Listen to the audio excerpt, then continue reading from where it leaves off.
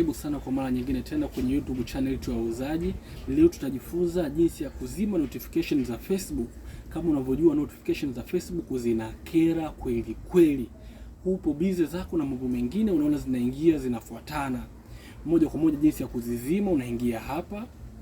Baada ya hapo unaingia kwenye setting ya Facebook. Baada ya hapo unapandisha juu, unaingia pameandikwa notification. Unaingia kwenye notification. Baada hapo utaona hizi zote hapa notification ambazo zinakuja ni nyingi kweli kweli.